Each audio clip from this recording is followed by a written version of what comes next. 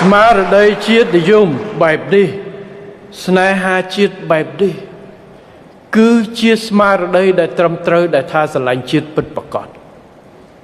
ពុទ្ធអ្នកស្នេហាជាតិមានច្រើនទម្រង់មានច្រើនជ្រុងប៉ុន្តែម៉ោងស្មើនេះជាម៉ោងដែលប្រទេសយើងមានហានិភ័យប្រជាពលរដ្ឋយើងមូលមតិគ្នាគ្រប់គ្រងនេះគឺជាការការពារជាតិពិតប្រាកដស្មារតីរួមគ្នានេះហើយដែលធ្វើឲ្យយើងខ្លាំងប្រទេសយើងតូចជាងប្រទេសមួយទៀតសេដ្ឋកិច្ចយើងមិនទាន់ខ្លាំងដូចគេទទួលស្គាល់ប៉ុន្តែអ្វីដែលខ្លាំងគឺការមូលមតិឯកភាពជាតិរបស់យើងនេះគឺជាចំណុចខ្លាំងរបស់កម្ពុជាដែលយើងត្រូវធ្វើពេលនេះប៉ុន្តែម៉ោងនេះមានកម្លាំងចលនាដែលខំប្រឹងបំបែកខ្ញុំមើលរាល់ថ្ងៃ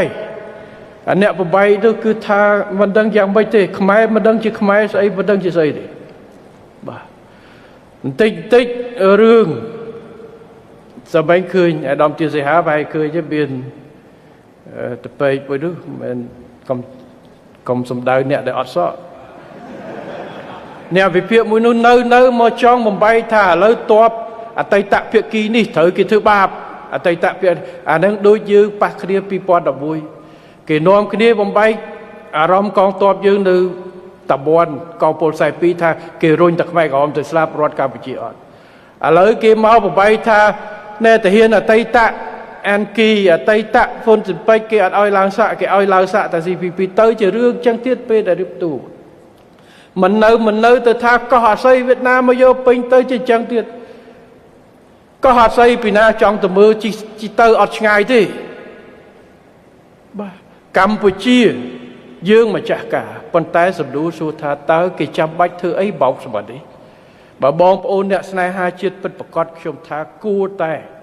បូលមតិគ្នាទៅហើយជាពិសេសការបង្កើតបញ្ហា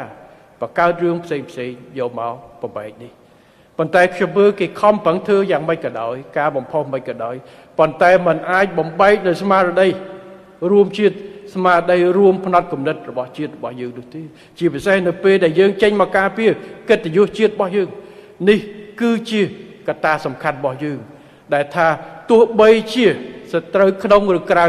កម្លាំងជាតិរបស់យើងកម្លាំងស្នេហាជាតិរបស់យើងនៅពេលនេះគឺអាចគ្របដណ្ដប់បានទាំងអស់ដើម្បីបង្ហាញទៅកងទ័ពយើងថាប្រទេសយើងថាប្រជាជនយើងគ្រប់កន្លែងយើងថាយើងធ្វើទាំងអស់ដើម្បីការពារជាតិរបស់យើងឲ្យខ្មែរទាំងអស់នៅជាមួយកងទ័ព